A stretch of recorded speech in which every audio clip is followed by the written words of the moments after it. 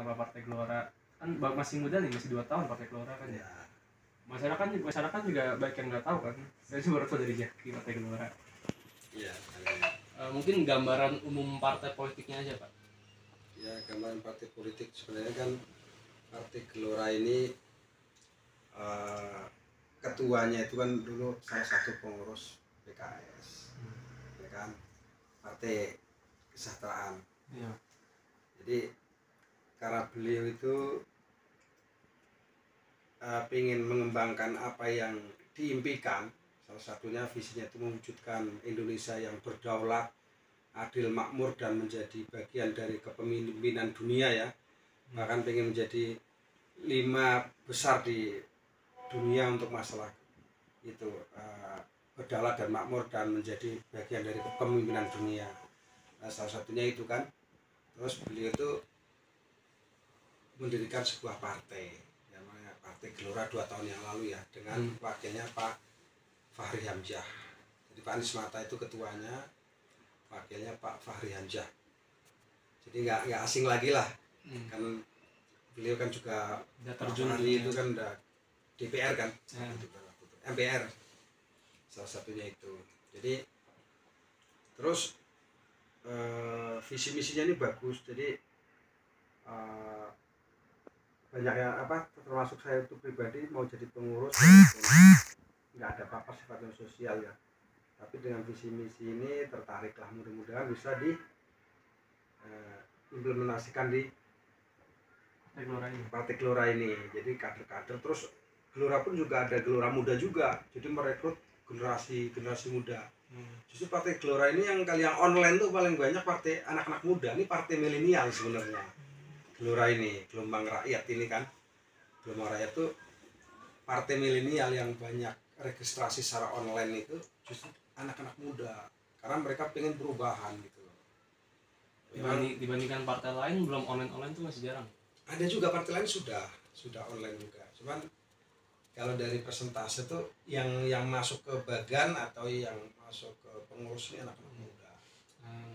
Anak muda lah yang jadi kader, jadi apa, karena mungkin anak muda tuh memang cita-cita ini nggak bisa setahun 2 tahun gitu loh, tapi harus ada pondasi dulu. Contohnya kayak tadi saya ceritakan itu, Partai Gelora itu punya visi, istilahnya punya tujuan yang simpel sekali sebenarnya. Salah satunya itu ibu hamil baru 2 bulan itu harus diurus, jangan sampai kurang gizi buruk atau stunting ya bahasa itu, kurang gizi. Nah nanti proses pengelahirannya pun itu harus nanti ada pemberdayaan perempuan itu yang ngurus itu peran partai ya. Tapi ya sekarang udah mulai disosialisasikan hampir seluruh Indonesia, ada pemberdayaan perempuan itu dari Gelora namanya.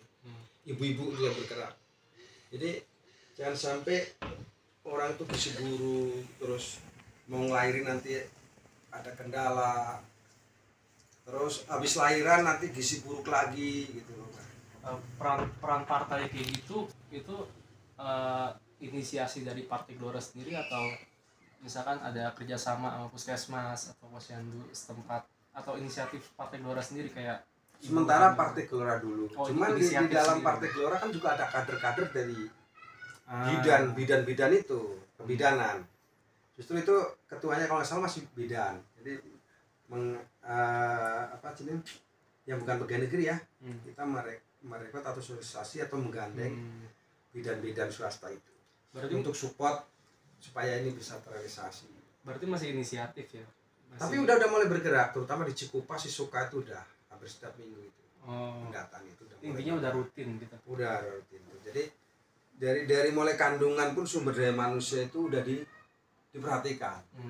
Nanti udah lahir baru jangan sampai gizi buruk, karena nanti berpengaruh dengan intelektual kan, IQ kan.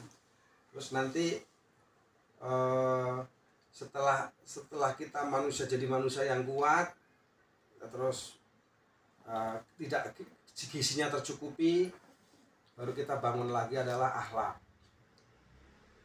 akhlak SQ itu, spiritual emotional quotient itu kan, itu harus dibangun. Jadi spiritualnya harus kuat, jadi intelektual harus dibangun, hubungan emosional harus dibangun, terus spiritualnya harus dibangun, baru jadi manusia yang yang kompetitif, bisa bersaing gitu loh. Di masa yang akan datang kita bisa bersaing di dunia, bukan di Indonesia aja. Ya, untuk jangka panjangnya. Jangka panjang nggak bisa dipikir setahun 5 tahun tuh nggak bisa. Ini kan visi misinya itu besar. Tapi dari hal kecil inilah kita bisa realisasikan dulu. Contohnya merhatikan yang kosnya kan nggak terlalu tinggi kalau merhatiin orang-orang ibu hamil itu. Beda kalau bangun tol, bangun tol udara, terus tol laut itu kan butuh biaya besar negara ya. Organisasi di DPC ini kayak keanggotaannya atau ya semacam itulah. Bapak nih perannya apa di DPC? Di DPC Dewan Perwakilan Anak Cabang. Ya maksudnya peran bapaknya gitu di dalam sebagai apa? Ketua. Ketua DPC-nya langsung. Ketua DPC ya.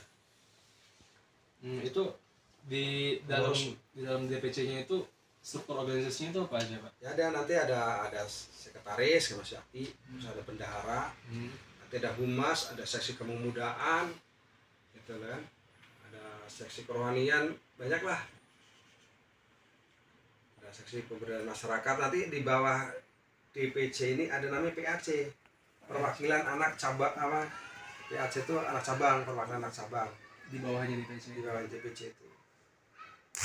Kalau fungsi dari DPC ini untuk DPD itu bagian kabupaten kotanya? Ya kita sebenarnya tangan kanannya DPD ya. Tapi di tiap kecamatan ya, tiap kecamatan kan ada ketuanya itu. Contohnya nih Dapil 3 itu ada 5 kecamatan. Jadi Sepatan Timur ada Bang Doni, Sepatan Induk ada saya. Terus nanti di Teluk Naga ada lagi ketuanya, di Pakuaji ada, di Kosambi ada gitu loh.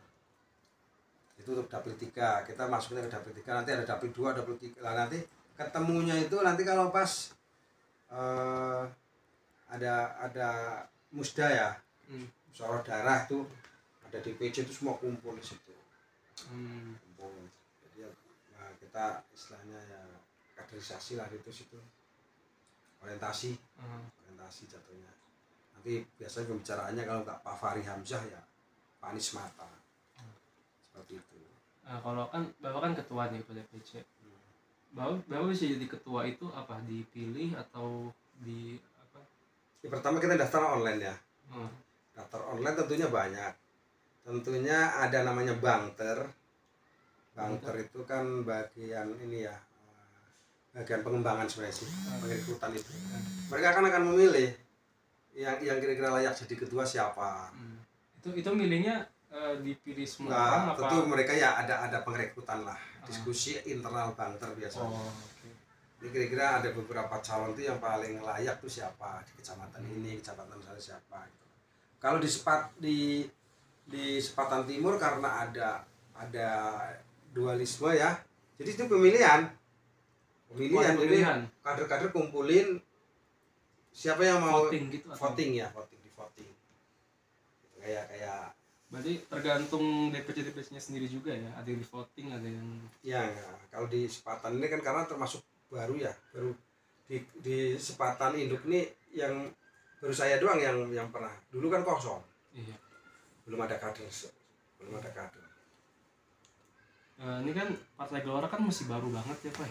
2 tahun. Masih 2 tahun. 2 tahun. Kayak orang-orang pun masih nggak tahu ya Partai Gelora. Ya, karena 2 tahun. Makanya ini perlu di branding namanya kalau rasa itu perlu di branding. Kalau kayak semacam program kerjanya untuk program kerjanya di partai politik di Indonesia sama kayak satu periode sampai 2024 sampai pemilu nanti gitu. Itu Partai Gelora ngapain aja biasanya? Kegiatannya. Kegiatannya itu salah satunya itu kita adalah sosialisasi atau pengembangan ya. Jadi kunjungan ke suatu DPC gitu kan. Ada kegiatan contohnya penanaman 1000 pohon. Ada kemana ada pembagian sembako, ada tajil kayak pas puasa itu kemarin ada pembagian tajil gratis.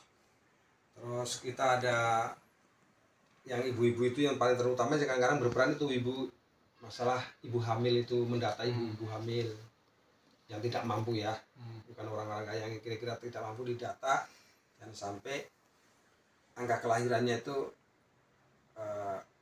stunting, kurang gizi, itu mau ngelahirin bingung gitu kan. Ada itu solusi situ. Kegiatan kayak gitu kurang lebih untuk ini ya, mengasih tahu masyarakat Partai Gelora tuh iya, apa punya visi iya. yang kecil dulu lah kita. Intinya itu. Istilahnya kecil-kecil dulu yang kita bisa lakukan, karena kan partai baru secara finansial kan belum ada. Cari nama dulu ke Cari masyarakat. nama dulu lah, yang kira-kira bisa dilakukan kan tidak harus besar. Dengan adanya mendata, nanti diperiksa, kan ada diperiksa kurang gizi ya gimana solusinya kan, karena kan di dalam apa nih, di dalam pemberdayaan kewanitaan itu kan banyak bidan-bidan juga yang jadi kader di situ. Gitu. Berarti ini hanya terfokus kepada bidan atau seluruh anggota gitu, kayak pemuda juga? Iya. Oh, Tapi kan yang sesuai bidangnya kan. Iya. Kalau di ibu-ibu itu kan lebih ke arah sesuai job desk-nya lah. Ibu itu lebih fokus kalau arah ke situ. Karena memang dia berhubungan dengan anak kan, perkembangan anak tuh apa. Kalau kayak laki-laki ini ya banyak hal yang tadi itu kita ya harus kaderisasi, kita harus pendekatan ke masyarakat ya. Tentunya kalau disamain sama partai-partai besar kan, partai besar udah punya anggaran, ada aspirasi di situ. Kalau DPC ini dari anggaran itu gimana? Ya, kan tadi kan kayak bagi-bagi takjil. Ada dari donatur sementara lah. Donatur. Caleg tuh biasanya. Caleg lah. Yang contohnya caleg DPR RI gitu, kayak Ibu Sarah itu kan udah banyak berkorban, termasuk spanduk-spanduk kan dari beliau itu. Tapi sementara dari donatur semua. Dari donatur semua, kan partai belum punya uang. Lain sama partai yang udah lolos kan. bagian 23 Pokoknya perjuangannya berat lah kalau partai baru itu. Iya. Saya makanya tertarik tuh di situ. Terus kedua, yang nyalek itu tidak harus orang kaya. Ya, biasanya kan diprioritaskan itu kader dulu. Itu yang bikin menarik, itu beda sistemnya sama partai-partai lain. Kalau partai lain kan seperti saya punya duit, saya punya pengaruh, nyalek gitu. Memang presentasinya lebih besar, tapi kan pengurus nggak ada kesempatan di situ. Kecil lah, kesempatannya kecil. Kayak ini ya, kayak Sandiaga Uno ke Gerindra. Nah, dia udah punya nama, dia juga orang kaya ke Gerindra, ya. Cawapres kalau nih. Iya, istilahnya. DPC ini kurang lebih masih ini ya, apa maksudnya, intinya tuh kayak ngebantu DPD untuk ngasih nama atau semacamnya gitu. Ya, kita ada pendataan juga kan, kita perekrutan barulah kita, kalau yang mau ya kita harus bantu online lah. Kan salah satunya tuh yang dinilai itu kan adalah KTA itu. KTA? Ya kan kita KTA, jadi yang orang-orang yang udah daftar itu nanti dapat KTA, kartu anggota. Nah, jadi kan itu yang salah satu nanti dicek sama KPU. Kalau cuma, saya pengikutnya banyak, mana buktinya, kan itu butuh registrasi online itu loh salah satunya. Di situ nanti data itu diserahkan ke KPU, harus memenuhi persyaratan kan sampai kuota 5% itu seluruh Indonesia ya. Dari penduduk Indonesia tuh bisa dapat 5% aja, itu lolos. Kalau kondisi dari awal pembentukan hingga kepengurusan saat ini dalam proses pergantian atau suksesi kepemimpinan partai politik di tingkat kabupaten ini seperti apa? Kalau sebentar kabupaten belum ada pergantian ya. Pusat, kabupaten tuh belum ada pergantian. Biasanya tingkat-tingkat DPC ini yang sering kadang separuh jalan mundur gitu kan. Itu bagaimana tuh prosesnya? Ya prosesnya ya sama, ada bisa pemilihan dari kader yang sudah ada. Contohnya saya mundur nih, kan udah ada kader nih. Ya kader yang ada itu nanti datangin bangter atau apa, siapa yang mau gantiin saya. Tapi itu dipilihnya berdasarkan kualitas atau kemampuan atau karena kedekatan gitu? Ya kalau di politik itu sebenarnya nggak bisa menghindari itu ya. Bisa gitu ya. Satu, pendekatan pastinya. Kedua ya pasti DPD itu kan punya apa nih, track record kita kan. Pasti ini sebenarnya banyak pendukungnya, terus ini bagus tapi nggak ada pendukungnya, nah kan gitu kan. Contohnya saya banyak pendukungnya, terus ada yang bagus cuman nggak ada pendukungnya, dipertimbangkan sama mereka. Karena ini kan partai ini kan ya bilang tadi itu di partai ini nggak ada teman sejati dan nggak ada musuh abadi di situ, adanya kepentingan tetap. Di internal pun sama sebenarnya. Di internal orang-orang ada terus kan. Tetap. Intinya ujung-ujungnya individu ya. Jaga juga tetap kebersamaan itu kan, namanya partai politik itu kan kayak organisasi sekumpulan manusia yang berkumpul punya visi dan misi untuk mencapai tujuan yang sama kan, itu sebenarnya tujuan politik itu ya kalau nggak salah yang arti yang ke-9 ya, tapi yang sekarang dipakai faktanya ya yaitu sekumpulan orang ya, organisasi atau kelompok atau massa yang punya tujuan yang sama atau visi misi yang sama untuk meraih kekuasaan.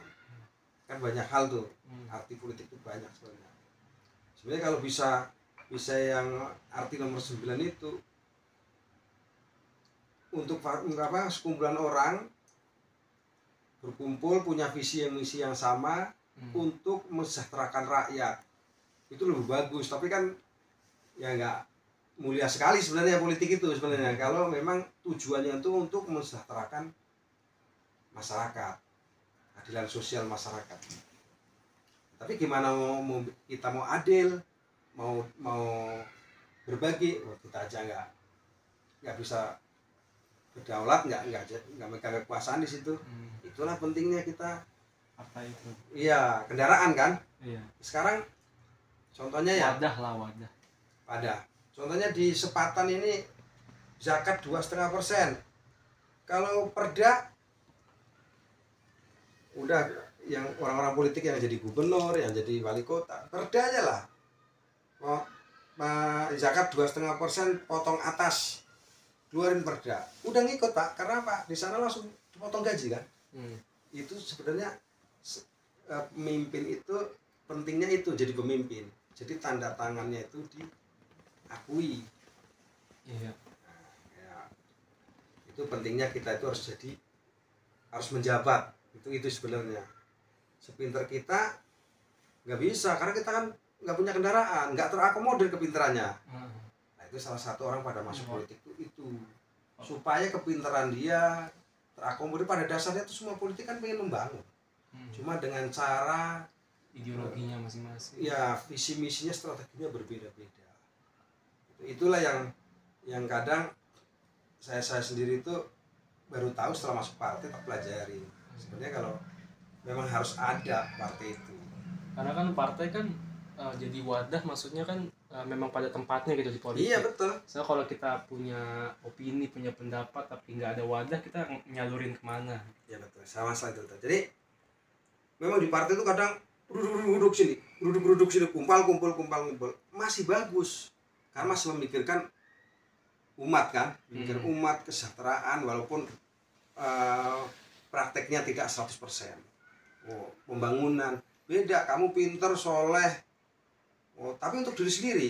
Iya, nggak ada manfaat. Nggak mau ngurusin umat, nggak mau ngurusin warga, nggak kan akhirnya kan kurang bermanfaat juga hidupnya.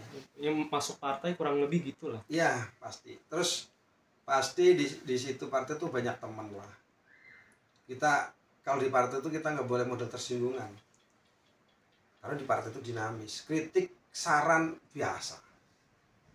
Bahkan sampai hujatan tuh partai itu udah, orang-orang partai udah biasa. Mungkin itu ya apa yang ngebuat partai itu punya pandangan. Iya, banyak juga di masyarakat ya. Pandangan buruk. Ya pasti. Kayak anak muda ngapain ikut partai? Nggak selalu. Partai ngapain kerjanya gitu. Nah, pasti. Tapi kalau nggak ada partai kan kita nggak terakomodir. Iya. Ya kan? Sekarang yang legislatif yang bikin undang-undang siapa? Yang bikin aturan siapa? Kayak Omnibus Law itu yang ngesain siapa? DPR. Nah itu. Kita pinter pun nggak bisa. Maksudnya mau demo apapun nggak bisa. Hanya bisanya demo. Tapi yang ketok palu kan tetap mereka. Ya, mahasiswa demo lah. Nah, paling mahasiswa demo. Tapi maksudnya kalau udah masuk bagian itu kan juga sama, nggak bisa berbuat apa-apa. Ferdinand apa dulu suka demo. Begitu sekarang udah di DPRD kan. Tahun 98. DPR RI nggak bisa. Itulah itu memang sejak perjalanan peradaban politik di Indonesia seperti itu.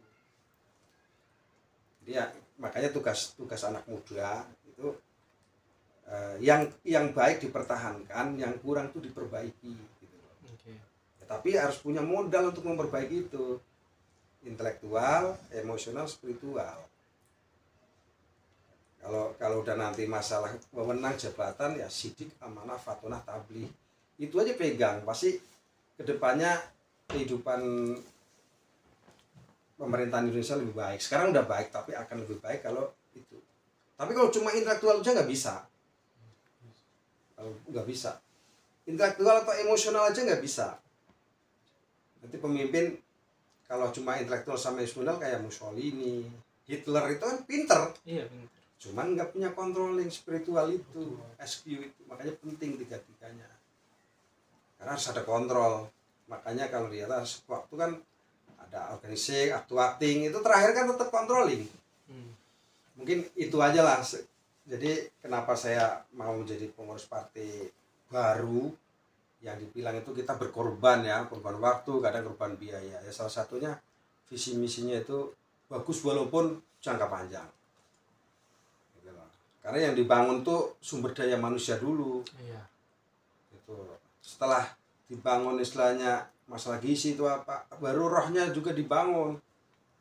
Kualitas manusia. Nah, kualitas SDM-nya manusia itu dibangun gitu loh, baru yang lainnya.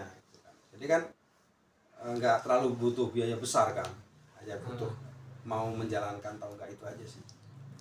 Mungkin terakhir kali ya Pak ya. Kan intinya kan berarti Bapak sebagai Dewan Perwakilan Cabang itu kan intinya kurang lebih ngebantu yang pusat gitu, yang DPD kan, Dewan Perwakilan daerah. daerah. Ya kan intinya yang ngebantu kegiatannya atau kayak apa sih, memberikan nama gitu ke partai gitu. Kalau ada nggak sih Pak kayak hambatan atau tantangan di tingkat kecamatan dulu mungkin?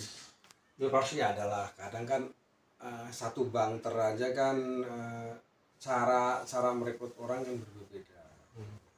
Kalau saya jujur aja belum bisa cepet-cepet karena ini perjalanan masih panjang. Itu kan biaya. Kalau kita langsung cepet-cepet itu ya jujur aja kita kan dari partai nggak ada apa-apa, belum ada apa-apa ya. Kerja ini kita kerja sosial lah, belum ada pendanaan atau apa. Jadi tetap simbolis harus ada. Ya, kita kenalin sama teman-teman yang terdekat dulu. Ya, kalau pasti mereka kan banyak nanya nanti. Karena sifatnya memaksa nggak bisa. Yang penting kita, kedua track record kita harus dijaga. Mau partai bagus apapun, kalau kita bawaannya salah ya nggak mau orang. Gitu. Ya orang jualan aja lah. Nah, track record kita sehari-hari itu memang harus jaga gitu, harus kasih contoh lah. Terutama dari keluarga dulu, saya sendiri, keluarga, baru lingkungan, baru di pekerjaan itu kan dinilai sama orang. Dinilai pasti track record, diperhatiin, rekam jejak hidup lah. Karena hidup ini sebenarnya mengukir sejarah kan. Mau diukir seperti apa kita hidup kita, sebenarnya itu. Mungkin itu aja lah. Jadi tetap semangat, saya tunggu nanti untuk verifikasi atau dapat tiketnya enggak tuh nanti di Desember, Partai Gelora ini. Semua partai yang ada yang ngulang karena harus 5%, bukan 2,5% lagi, 5% dari semua penduduk Indonesia itu. Minimal kita 5% dapat itu suara itu dari survei KPU itu apa baru kita bisa. Ya salah satunya KTA itu tadi tuh. Iya. Terus Sepatan udah berapa, Sepatan Induk berapa, Teluk Paku Haji berapa, Teluk Naga berapa itu, dan seluruh kabupaten dan kecamatan seluruh Indonesia itu nanti dikumpulin. KPU itu yang memutuskan untuk puncaknya pemilu serentak itu ya. Ya nanti keputusannya itu partai itu lolos atau enggak tuh nanti di Desember. Kalau nggak salah ya, kalau nggak ada perubahan. Berarti intinya tuh hambatannya paling karena partai baru aja kali ya Pak ya. Banyak kerja kerasnya. Tapi ya banyak kerja keras ya kan, harus banyak lebih belajar. Tepatnya berkorbannya lumayan banyak karena partai baru. Pasti. Paling itu ya tantangan. Tapi kita tetap optimis. Demokrat dulu juga partai baru. Ya, tapi kan bung gitu. Ini ada Demokrat kan ada orangnya justru, sosok orang di dalamnya. Ya justru itu. Ya sebenarnya Pak Anies pun punya sosok, cuma kan nggak dari jenderal atau apa gitu. Punya sosok juga. Pak Fahri terutama lah punya karakter. tidak semua nggak suka sama Pak Fahri loh, ada juga yang suka walaupun non muslim ya, karena karakternya itu sebenarnya walaupun kelihatannya keras tapi kan dia memperjuangkan. Nah, saya sih ya dua-duanya Pak Fahri itu lebih dominan sebenarnya. Walaupun Pak Anies juga bagus lah, dia lebih, jadi ada yang sisi lain tuh cepat ngegas, yang satu harus cool, paling down. Itulah istilahnya partner kan gitu, nggak bisa ngegas semua, saling kontrol kan. Gayanya masing-masing. Gaya masing-masing pastilah, semua tiap pemimpin kan punya gaya masing-masing. Kayak ini kali ya, kayak Ahok yang marah-marah kan gayanya kayak gitu. Ya gitu memang kan, kita karena nggak ngerti aja, memang gaya beliau kan seperti itu gitu loh. Kan nggak ngerti kerja dia gimana ya. Mungkin aja benar. Yang tanya lagi nggak? Itu cukup kali ya, tadi kan udah rencana kerja. Iya, nah, intinya sih yang DPD, cuman ada beberapa emang khusus kecamatan kan. Ya nanti DPD tanyain lagi aja. Dia kan punya lebih lama lagi kan, banyak program udah yang dijalankan kalau DPD. Kalau DPC kan ini bentukan baru sebenarnya. DPC itu setahun aja belum ada ya kayak. Kalau DPD kan udah lama, udah 2 tahun. Jadi berarti DPD ada, DPC belum ini. Belum lama, kan partai baru kita. Targetnya kan harus bentuk DPC seluruh Indonesia. Salah satu persyaratan KPU itu harus ada DPC seluruh Indonesia. Makanya kalau di jalan tuh ada pos-pos partai gitu. Ya sementara ada yang masih di rumah atau apa kan partai baru. Itu persyaratan KPU itu salah satunya harus bentuk DPC seluruh Indonesia, per kecamatan Gelora ada DPC. Nanti kan dicek sama KPU, bener nih Pak Ratman DPC Sepatan Induk, betul. Nanti cek registrasinya, punya anggota siapa aja, kan gitu kan? Itu harus seluruh Indonesia. Seluruh Indonesia. Minimal berapa kecamatan atau minimal berapa daerah? Enggak, jadi diusahakan tuh per kecamatan harus ada perwakilan. Karena itu kan nanti semakin banyak kan makin bagus. Nah sekarang gimana mau dapat 5% kalau double 3 aja cuma DPC cuma 1 orang, nah kan jangkauannya kurang luas. Nah, kita DPC double 3 ada DPC 5 kecamatan. Nggak aja lah kita 100, yang karena 200 atau salah 50 kan tercapai, mendekati capai target lah, sebut target. Nah kalau sendirian loh, saya harus sosialisasi ke Kosambi kan saya nggak tahu, nggak bisa mapping di Kosambi karena saya nggak kenal di Kosambi atau di Pakuaji gitu. Seperti itu sih. Oke. Ada lagi tanya Pak? Udah Pak. Makasih Pak udah meluangkan waktu untuk wawancara. Mohon maaf mengganggu. Nggak apa-apa, itu yang bisa saya sampaikan sih.